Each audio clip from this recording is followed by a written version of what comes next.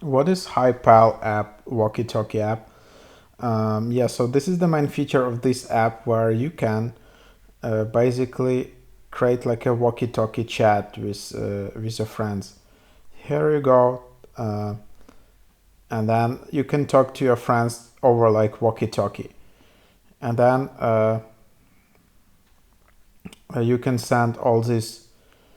You can mute yourself.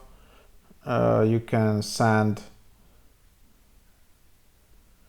You can send some like signals. So here you can send a ringtone alert, send Roger that, and then you can just talk, and then you can also message each other. You can create group chats. Then there is like a public square where you can add yourself, and this app is getting a lot of users. You can invite friends. You can add widget to home screen. And there you have it. Then you just have your profile, you can edit it. But yeah, the main feature of this app is this walkie-talkie feature where people just getting excited about. It's kind of like a social media audio social media app, so that's kind of fun.